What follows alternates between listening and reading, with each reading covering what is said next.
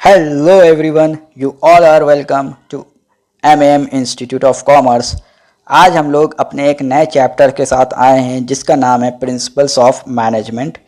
तो चलिए आज की वीडियो हम लोग स्टार्ट करते हैं। सबसे पहला क्वेश्चन आ रहा है, explain the nature characteristics of principles of management. क्या फीचर्स पाए जाते हैं प्रिंसिपल्स ऑफ मैनेजमेंट के। सबसे पहला आता है universality. Principles of management are fundamental statements of truth having universal validity। ठीक है, ये क्या है, एक ट्रूथ है जो यूनिवर्सली एक्सेप्टेबल है, यानी पूरी दुनिया में इसको एक्सेप्ट किया जाता है। ठीक है, these principles can be applied in different types of organization. इनको डिफरेंट टाइप्स ऑफ ऑर्गेनाइजेशन में क्या किया जाता है, अप्लाई किया जाता है। The basic task of every manager is same. ठीक है, जो बेसिक टास्क होता है वो हर मैनेजर का सेम होता है, that is to get the desired result. ठीक है, जो भी वो चाह रहा था रिजल्ट, जो भी वो आउटपुट चाह रहा था, जो भी वो उसका ऑब्जेक्टिव था, वो उस ऑब्जेक्टिव को क्या कर सके, अचीव कर सके। Therefore principles of management may be used by managers in different organisation and at different levels of authority. ठीक है, इसको यूज किया जा सकता है डिफरेंट ऑर्गेनाइजेशंस में भी और डिफरेंट लेवल ऑफ अथॉरिटी पे भी। ठीक है, फिर कहते हैं डायनामिज्म और flexibility. Principles of management are not rigid, ये रिजिड नहीं होते हैं बट फ्लेक्सिबल। क्या होते हैं, फ्लेक्सिबल होते हैं। एंड डायनामिक इन नेचर, जो एक जैसा नहीं रहता, स्टैटिक नहीं रहता है। ठीक है, These principles can be modified, इनको क्या किया जा सकता है, मॉडिफाई किया जा सकता है to suit different situation. As per the situation इसको क्या कर दिया जाता है, मॉडिफाई कर दिया जाता है। And all kinds of changes in the business environment, जैसे बिजनेस इन्वायरमेंट आपका चेंज होता है उस हिसाब से क्या होता है कि इनको भी चेंज कर दिया जाता है उसी हिसाब से। ठीक है, फिर कहते हैं contingent. The principles of management are relative and not absolute. क्या है, रिलेटिव है, एब्सोल्यूट नहीं है, एक ही जैसे नहीं रहेंगे। क्या है, हर जगह पे जैसी सिचुएशन वैसे ये क्या हो जाते हैं, चेंज हो जाते हैं। ठीक है, यानी रिलेटिव इन नेचर है।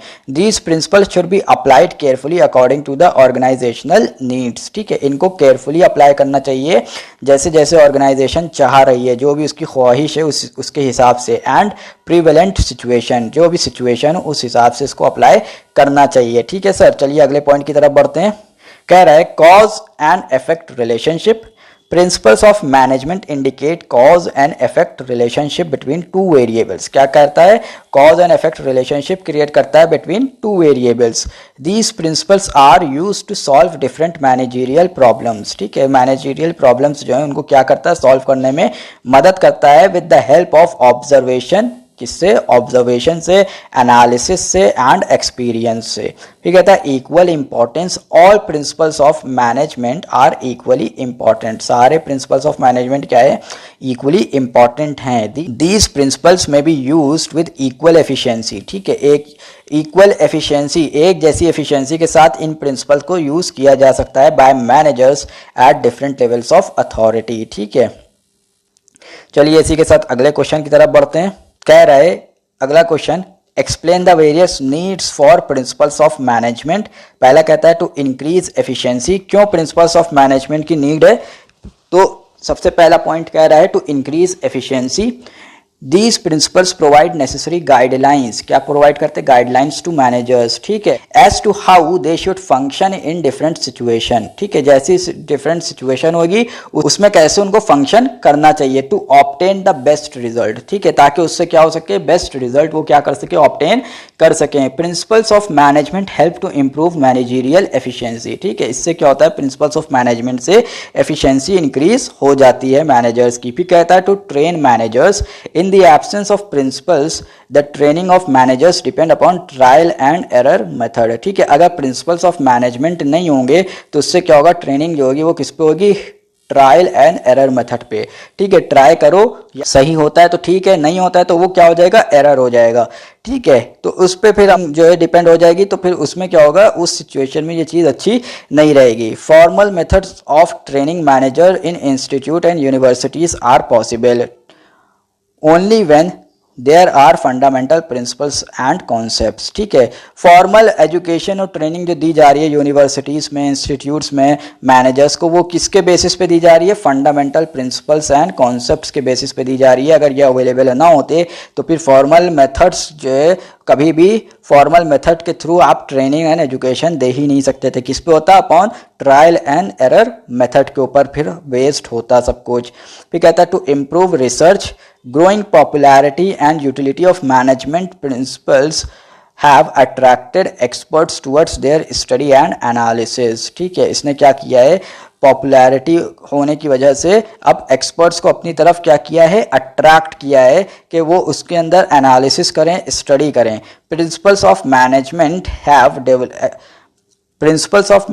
Have helped in expanding the horizon of knowledge in the management. ठीक है, प्रिंसिपल्स ऑफ मैनेजमेंट ने क्या किया है, एक्सपैंड किया है हॉरिजन को, किसमें, नॉलेज ऑफ मैनेजमेंट के अंदर। फिर कहता है to clarify thinking, principles of management make the thinking of managers clearer and systematic. क्या किया है प्रिंसिपल्स ऑफ मैनेजमेंट ने, जो थिंकिंग है ना मैनेजर्स की, उसको बिल्कुल क्लियर कर दिया है और सिस्टमैटिक कर दिया है। A new manager can understand the nature of management with the help of these principles. ठीक है, एक नया मैनेजर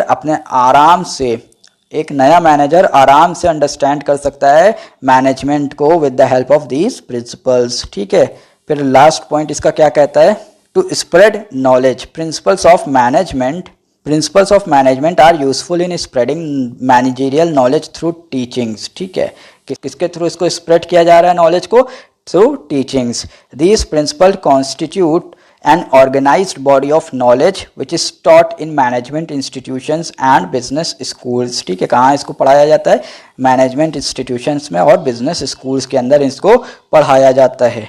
चलिए सर, इसी के साथ अगले क्वेश्चन की तरफ बढ़ते हैं। कह रहा है explain the Frederick Winslow Taylor's principles of management या फिर साइंटिफिक प्रिंसिपल्स ऑफ मैनेजमेंट। ठीक है, तो जो FW टेलर है ना, या फिर फ्रेडरिक विंस्लो टेलर, इन्होंने साइंटिफिक प्रिंसिपल्स ऑफ मैनेजमेंट दिए हैं। ठीक है, सबसे पहला प्रिंसिपल है science not rule of thumb. ठीक है, क्या है, साइंस है, principles of management not rule of thumb. Each and every job and method of doing it should be based on scientific study. ठीक है, हर जॉब कह रहे हैं चाहे, और उसको जो मेथड है उसको करने का वो किस पे बेस्ड होना चाहिए, साइंटिफिक स्टडी एंड एनालिसिस पे बेस्ड होना चाहिए, rather than on trial and error method. ठीक है, ट्रायल एंड एरर मेथड नहीं होना चाहिए, ट्राई करिए, अगर हो जाता है तो अच्छी बात है, नहीं हो पाता तो वो एरर कहलाएगा। ठीक है, the task to be performed should be scientifically planned. ठीक है, जो भी टास्क आप करने जा रहे हैं वो कैसे में प्लान होना चाहिए, साइंटिफिकली उसको प्लान करना चाहिए। अगला पॉइंट कहता है harmony not discord, there should be healthy cooperation between employer and employee. क्या होना चाहिए, एक अच्छा कोऑपरेशन होना चाहिए एम्प्लॉय और एम्प्लॉयर के बीच में। Taylor advocated a complete mental resolution. ठीक है, पूरी तरह से मेंटल रेजोल्यूशन होना चाहिए on the part of both management and workers. ठीक है, दोनों आपस में बिल्कुल सहमति से काम करें, किसी तरह की आपस में झगड़ा, लड़ाई या कोई भी दिमागी तनाव ना होने पाए। फिर अगला पॉइंट कहता है maximum not restricted output, conflict between management and worker arises mainly on division of surplus. ठीक है, कह रहा है कॉन्फ्लिक्ट क्यों अराइज होता है मैनेजमेंट और वर्कर्स में, क्यों, क्योंकि कॉन्फ्लिक्ट इसलिए अराइज होता है बिटवीन मैनेजमेंट एंड वर्कर्स क्योंकि डिवीजन ऑफ सरप्लस होना होता है। Taylor suggested that the best way to resolve the conflict is to increase the size of surplus. ठीक है, इन्होंने क्या कहा कि इनके हिसाब से अगर सरप्लस का साइज ही बढ़ा दिया जाए तो ये कॉन्फ्लिक्ट कभी भी आपस में नहीं होगा कि हम सरप्लस कितना डिवाइड करेंगे आपस में। ठीक है, फिर कहता है division of work and responsibility, Taylor suggested separation of planning from operational work. ठीक है, प्लानिंग अलग करो, ऑपरेशनल वर्क अलग करो। Management should concentrate on planning the job of workers. ठीक है, मैनेजमेंट कहाँ पे कंसंट्रेट करे, प्लानिंग करने में कंसंट्रेट करे कि कैसे जॉब वर्कर्स को दी जाए। And workers should concentrate on performance of the work. ठीक है, वर्कर्स क्या करें, कंसंट्रेट किस पे, काम करने पे अपने कंसंट्रेट करें। फिर कहता है scientific selection, training and development of workers, workers should be selected and trend keeping in view of the job requirement. कैसे सिलेक्शन किया जाए और ट्रेन किया जाए, जॉब रिक्वायरमेंट के हिसाब से उनको सेलेक्ट किया जाए और उनकी ट्रेनिंग करवाई जाए। Each and every worker should be encourage to develop his full potential. ठीक है, हर वर्कर को क्या किया जाए, एनकरेज किया जाए कि वो अपने पूरे पोटेंशियल को यूज़ करे। ठीक है, और डेवलप भी करे। फिर कहता है standardisation, the tools, equipment, work of methods and working condition must be standardised. ठीक है, टूल्स जितने हैं, इक्विपमेंट्स जितने हैं, वर्क मेथड्स जो भी है, वर्किंग कंडीशन है जो, वो सब क्या होना चाहिए कि स्टैंडर्डाइज होना चाहिए so as to improve efficiency and quality. तो इससे क्या होगा, एफिशिएंसी और क्वालिटी में फ़र्क पड़ेगा। ठीक है सर, अगले पॉइंट की तरफ बढ़ते हैं। कह रहा है mental resolutions, Taylor suggested a basic change in attitude on the part of both. ठीक है, कह रहा है कि बेसिक चेंज जो होना चाहिए in attitudes on the part of both, जो एटीट्यूड है उसमें चेंज होना चाहिए किसके बीच में, एम्प्लॉयर्स एंड एम्प्लॉयज़ के। ठीक है, should consider employers as partner in industry. ठीक है, similarly employees must treat employer as their father figure as and well wisher। ठीक है, वेल विशर भी उनको माने और फादर फिगर भी माने, और एम्प्लॉई जो है एम्प्लॉयर क्या माने, एम्प्लॉयज़ को अपना पार्टनर मान के चलें। ठीक है, चलिए सर इसी के साथ अगले क्वेश्चन की तरफ बढ़ते हैं।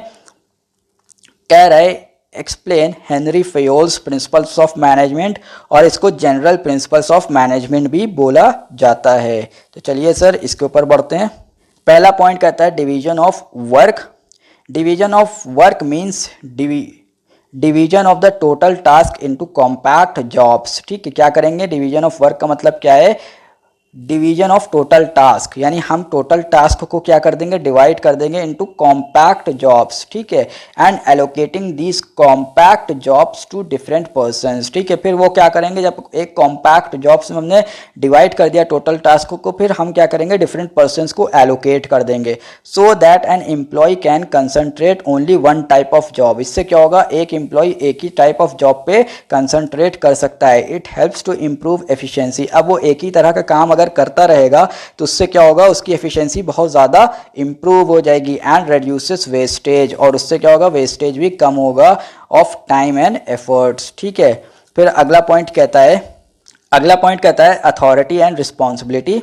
Authority is the right to get the work done from others. Authority का मतलब क्या है कि दूसरों से अपना काम करवाया जाए। ठीक है, and responsibility is the obligation to perform the assign task. Responsibility का मतलब क्या है कि एक ऑब्लिगेशन है कि आपको वो काम करना है। ठीक है, authority without responsibility leads to irresponsible behaviour. Authority दे दें आप लेकिन रिस्पॉन्सिबिलिटी ना दें, तब कि क्या होगा, इररिस्पॉन्सिबल बिहेवियर हो जाएगा। ठीक है, while responsibility without authority makes a person ineffective. लेकिन अगर रिस्पॉन्सिबिलिटी आपने दे दी लेकिन अथॉरिटी नहीं दी, तो फिर क्या होगा, पर्सन क्या हो जाएगा, इनइफेक्टिव हो जाएगा। ठीक है, तो दोनों को साथ में ही आपको प्रोवाइड करना है। अगर आप अथॉरिटी दे रहे हैं, रिस्पॉन्सिबिलिटी नहीं दे रहे, तब तो फिर वो इररिस्पॉन्सिबल हो जाएगा, और अगर आप रिस्पॉन्सिबिलिटी दे रहे हैं, अथॉरिटी नहीं दे रहे, तो फिर वो इनइफेक्टिव हो जाएगा। ठीक है, फिर कहता है तीसरा पॉइंट डिसिप्लिन।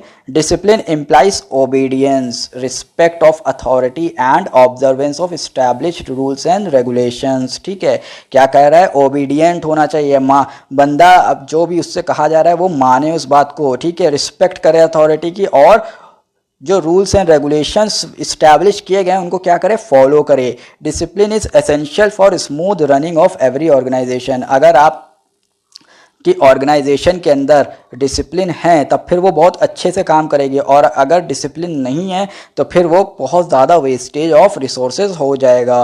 फिर कहता है unity of command. According to this principle an employee should receive order from one superior only. ठीक है, एक ही सुपीरियर होना चाहिए एक एम्प्लॉय के ऊपर, and should be accountable to him. ठीक है, उसके अलावा वो जवाब दे भी उसी सुपीरियर को होना चाहिए। No person can serve several master at the same time. एक वक्त में 10 लोगों को वो सर्व नहीं कर पाएगा एक एम्प्लॉय। ठीक है, फिर अगला पॉइंट क्या कह रहा है, अगला पॉइंट कह रहा है unity of direction. There should be one head and one plan for a group of activity. ठीक है, पूरे ग्रुप में एक हेड होना चाहिए और एक प्लान होना चाहिए। ठीक है, एक्टिविटीज के लिए, हैविंग द सेम ऑब्जेक्टिव। ठीक है, सेम ऑब्जेक्टिव के लिए। In other words, each group of activity with the same objective must have one plan of action. ठीक है, हर ग्रुप के पास एक प्लान ऑफ एक्शन होना चाहिए, and must be under control of one superior. ठीक है, और वो किसके कंट्रोल में होना चाहिए, एक ही सुपीरियर के कंट्रोल में होना चाहिए। फिर कहता है subordination of individual interest to general interest. The interest और goal of the organisation must prevail, ठीक है, जो इंटरेस्ट या फिर गोल है ऑर्गेनाइजेशन का वो ऊपर होना चाहिए upon the personal interest of individual. Personal interest जो है ना उसके ऊपर कौन होना चाहिए, आपका जो आपकी ऑर्गेनाइजेशन का इंटरेस्ट है, जो आपके ऑर्गेनाइजेशन का गोल है उसको ज़्यादा अहमियत रखनी चाहिए upon individual interest. In order to achieve supremacy of the group और common interest manager must set a good example, ठीक है। अगर आप ये चाहते हैं कि आपके जो ग्रुप का इंटरेस्ट है वो ज़्यादा इम्पॉर्टेंट है as per the personal interest, तो मैनेजर एक अच्छा एग्जाम्पल सेट करें। And they must be firm but reasonable in dealing with subordinate, ठीक है, और वो एक तरीके से रीजनेबल तरीके से वो डील आउट करे विद सबॉर्डिनेट्स, ठीक है। फिर कहता है अगला पॉइंट कहता है remuneration. The remuneration payable to worker must be fair, क्या होनी चाहिए, फेयर होनी चाहिए remuneration, and reasonable and satisfactory, reasonable भी होनी चाहिए और सेटिस्फैक्टरी भी होनी चाहिए, both to employees and employer, दोनों के लिए, एम्प्लॉय और एम्प्लॉयर के लिए, ठीक है। It must reward effort so as to motivate higher productivity, अगर रिवॉर्ड अच्छा करेंगे तभी अच्छी प्रोडक्टिविटी होगी, अदरवाइज प्रोडक्टिविटी नहीं हो पाएगी। फिर कहता है centralisation and decentralisation is a matter of proportion and the right proportion between them should be decided. Centralisation का मतलब होता है अथॉरिटी एक ही जगह पे रहना, ठीक है, और डिसेंट्रलाइजेशन का मतलब होता है डिफरेंट लोगों को अथॉरिटी बांट देना, ठीक है। कहता है ये मैटर ऑफ प्रोपोर्शन है, कैसे आपने इसको बांटा, and the right proportion between them should be decided, ठीक है, एक अच्छा प्रोपोर्शन होना चाहिए जो दोनों के बीच में डिसाइड किया जाए, सेंट्रलाइजेशन और डिसेंट्रलाइजेशन के बीच में। Keeping in view the circumstances of the particular case, ठीक है, आपने सर्कमस्टांसेस जो भी हैं केस के उस हिसाब से इसको राइट प्रोपोर्शन में बांटना चाहिए, सेंट्रलाइजेशन और डिसेंट्रलाइजेशन को। फिर कहता है scalar chain, it refers to the chain of superior ranging from ultimate authority to the lowest rank, ठीक है, सबसे सुपीरियर से लेके लोवेस्ट रैंक तक की क्या होती है, एक अथॉरिटी की चेन चली आ रही होती है, ठीक है। आपसे हमने बताया था कि पहला आता है टॉप लेवल ऑफ मैनेजमेंट, फिर आता है मिडिल लेवल ऑफ मैनेजमेंट, फिर आता है लोअर लेवल ऑफ मैनेजमेंट, ठीक है, ये एक चेन ऑफ अथॉरिटी है, ठीक है। Normally the prescribe chain of command should be followed, हमेशा क्या होना चाहिए, नॉर्मली जनरल अगर हम देखें तो जो प्रिस्क्राइब्ड चेन ऑफ अथॉरिटी है ना उसी को फॉलो करना चाहिए, ठीक है। However to facilitate quick communication between the two links a gangplank direct contact may be created, अगर कोई क्विक कम्युनिकेशन करना है, ठीक है, तो फिर क्या कर सकते हैं आप, डायरेक्ट कम्युनिकेट कर सकते हैं, आप मिडिल लेवल पे ना जाके लोअर से सीधा आप टॉप लेवल पे जा सकते हैं, ठीक है। Order, there must be material and social order, दोनों ऑर्डर होने चाहिए, मटीरियल ऑर्डर भी और सोशल ऑर्डर भी होना चाहिए ऑर्गेनाइजेशन के अंदर। Material order implies a proper place for everything, ठीक है, हर चीज़ के लिए क्या होनी चाहिए, एक प्रॉपर प्लेस होनी चाहिए, and everything in its right place, ठीक है, और हर एक उतनी जगह पे सही से रखा होना चाहिए। Similarly social order means a place for everyone, हर एक के लिए एक जगह होनी चाहिए, and everyone in his appointed place, और हर एक अपनी अपॉइंटेड प्लेस पे होना चाहिए। फिर अगला पॉइंट आता है equity, management should treat employees with justice and kindness, ठीक है, एम्प्लॉयज़ को कैसे जो है डील आउट किया जाए, जस्टिस के साथ और काइंडनेस के साथ। There should be equity of treatment in dealing with subordinates, equity होनी चाहिए, हर एक के साथ एक जैसा व्यवहार करना चाहिए, ठीक है, ये नहीं कि किसी के साथ बहुत अच्छा व्यवहार कर रहे हो, किसी को बिल्कुल ही कुत्ता बना दे रहे हैं, ठीक है। And no discrimination should be made between them, कोई भी तरह का डिस्क्रिमिनेशन नहीं होना चाहिए उन लोग के बीच में। फिर कहता है stability of tenure, reasonable security of service should be provided to all the employees, ठीक है, एक रीजनेबल सिक्योरिटी दी जाए सारे एम्प्लॉयज़ को कि उनकी जॉब जो है सिक्योर है। Stability of tenure helps develop loyalty and attachment on the part of employee, अगर टेन्योर की स्टेबिलिटी है, ठीक है, तो फिर वो क्या क्रिएट करती है, लॉयल्टी क्रिएट करती है और अटैचमेंट क्रिएट करती है, ठीक है।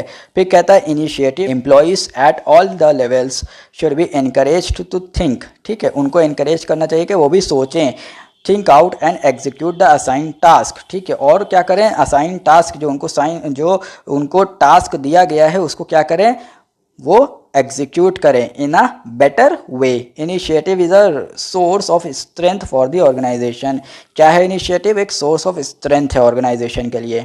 फिर लास्ट पॉइंट कहता है esprit de corps, there must be team spirit and cooperation, क्या होना चाहिए, टीम स्पिरिट होनी चाहिए और कोऑपरेशन होना चाहिए among members of the organisation. Unity of strength and the strength of an enterprise, ठीक है, lies in the cooperation and harmony of individual efforts, ठीक है, किस में लाया करता है, कोऑपरेशन और हार्मनी में ये चीज़ लाए करती है। चलिए इसी के साथ अगले क्वेश्चन की तरफ बढ़ते हैं। कह रहा है explain the importance relevance of principles of management in today's world. कहता है division of work, total task can not be performed by 1%। क्यों रेलेवेंस है आज के टाइम पे, क्योंकि सारा काम एक इंसान नहीं कर सकता, इसलिए डिवीजन ऑफ वर्क होना बहुत ज़्यादा ज़रूरी है। फिर कहता है authority and responsibility the two must go together, ठीक है, आपको हमने इससे पहले भी बताया था कि अथॉरिटी विदाउट रिस्पॉन्सिबिलिटी क्या करेगा, इररिस्पॉन्सिबल बना देगा, और रिस्पॉन्सिबिलिटी विदाउट अथॉरिटी क्या करेगा, इनएफेक्टिव बना देगा, इसलिए इन दोनों को हमेशा साथ में चलना चाहिए। फिर कहता है discipline essential for smooth functioning of every business. अगर आप चाहते हैं कि आपका बिजनेस बहुत अच्छे से चले तो फिर वहाँ पे डिसिप्लिन का होना बहुत ज़्यादा ज़रूरी होता है। फिर कहता है unity of command usually follow करी जाती है, ठीक है, कि चेन ऑफ अथॉरिटी चली आ रही है, आपको कमांड मिलती जा रही है किसी एक बंदे से, ठीक है, कोई एक ही आपका सुपीरियर है। फिर कहता है रेम्यूनरेशन जस्ट एंड फेयर होना चाहिए। फिर कहता है स्केलर चेन यूजुअली फॉलोड, ठीक है, स्केलर चेन का मतलब क्या होता है कि आपकी चेन ऑफ कमांड चल रही है, यानी top level management, middle level management, lower level of management, ठीक है। फिर कहता है initiative employee suggestions useful for employer. कभी कभी ऐसा होता है कि एम्प्लॉयर नहीं सोच पाता जो चीज़, वो एम्प्लॉय सोच लेता है, इसलिए उनको इनिशिएट करना चाहिए, उनको इनकरेज करना चाहिए कि वो भी कुछ सोचें। फिर कहता है stability of tenure in the interest of the employer too, ठीक है, इंटरेस्ट कह रहा है स्टेबिलिटी तो होनी चाहिए लेकिन एम्प्लॉयर के इंटरेस्ट में भी होनी चाहिए, एम्प्लॉय के इंटरेस्ट में भी होनी चाहिए। पता चला मैंने स्टेबिलिटी ऑफ टेन्योर तो दे दिया लेकिन वो एम्प्लॉय जो है ना वो मेरे कोई काम ही का नहीं है, वो उल्टा हमारा वेस्टेज कर रहा है इंस्टेड ऑफ हमें वो आउटपुट दे, ठीक है, तो फिर वो तो मेरे लिए स्टेबिलिटी बेकार हो जाएगी, इसलिए दोनों के केस में स्टेबिलिटी होनी चाहिए है, ठीक है सर। चलिए इसी के साथ अगले क्वेश्चन की तरफ बढ़ते हैं। कह रहा है distinguish between the principles of Taylor and Fayol, ठीक है, यानी साइंटिफिक प्रिंसिपल और जनरल प्रिंसिपल में फ़र्क बताइए, या फिर टेलर और फेयोल के प्रिंसिपल्स में फ़र्क बताइए, ठीक है।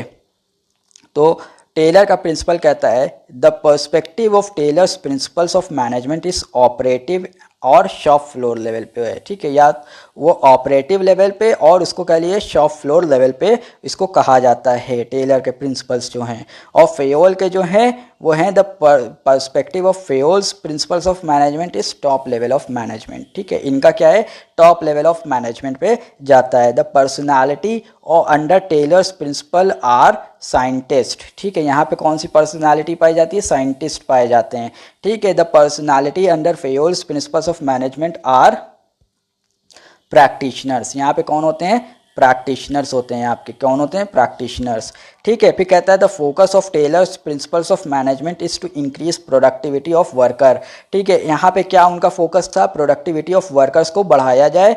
फिर यहाँ पे क्या फोकस है फेयोल के केस में, the focus of Fayol's principles of management is to improve overall efficiency, यहाँ पे क्या है ओवरऑल एफिशिएंसी को इंक्रीज करना, वहाँ पे क्या है प्रोडक्टिविटी को इंक्रीज करना, यहाँ ओवरऑल एफिशिएंसी को ही बढ़ा देना।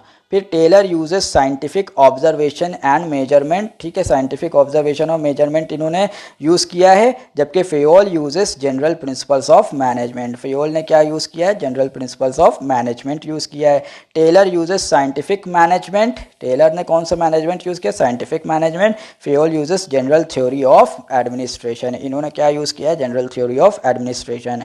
अगर क्वेश्चन आपका एग्जाम में आता है कि explain any 5 principles of management, तब तो आप फ्री हैं, आप चाहे साइंटिफिक लिख लें चाहे आप जनरल प्रिंसिपल्स लिख लें, या फिर आप दोनों में से किसी के मिला जुला के लिख लीजिएगा क्वेश्चन के आंसर में, ठीक है, आपको पूरे नंबर मिल जाएंगे, ठीक है। लेकिन अगर जो है उसने पर्टिकुलरली ये पूछ लिया explain the Taylor's principles of management या फिर explain the scientific principles of management, तब तो फिर आपको particularly scientific method scientific principles of management को ही लिखना पड़ेगा। फिर आप जनरल प्रिंसिपल्स ऑफ मैनेजमेंट का अगर पॉइंट लिख के आएंगे तो आपको 0 मिल जाएगा, ठीक है। इसी की तरह जस्ट अपोजिट अगर आ जाए explain the Henri Fayol's principles of management या फिर explain the general principles of management, तो फिर आप सिर्फ जनरल प्रिंसिपल्स ऑफ मैनेजमेंट लिख के आइएगा। अगर आप साइंटिफिक वाले प्रिंसिपल्स लिख के आ गए तो आपको 0 मिल जाएगा। ठीक है। अनटिल एंड अनलेस क्वेश्चन खाली ये पूछ ले कि explain the principles of management, then in that case आप कोई भी पॉइंट लिख सकते हैं, चाहे वो साइंटिफिक का भी लिख लें, चाहे वो आप जनरल प्रिंसिपल का लिख लें, चाहे आप दोनों में से मिला जुला के लिख लें। ठीक है सर, आई होप कि आपको वीडियो पसंद आई होगी। वीडियो को लाइक ज़रूर करिएगा, चैनल सब्सक्राइब करिएगा, बेल आइकन दबाना मत भूलिएगा और अपने दोस्तों के साथ ज़रूर शेयर करिएगा ताकि उनको भी ये सब चीज़ें आराम से समझ में आ सकें ईजी से ईजी लैंग्वेज में। Till then good bye, thank you so much for your precious time.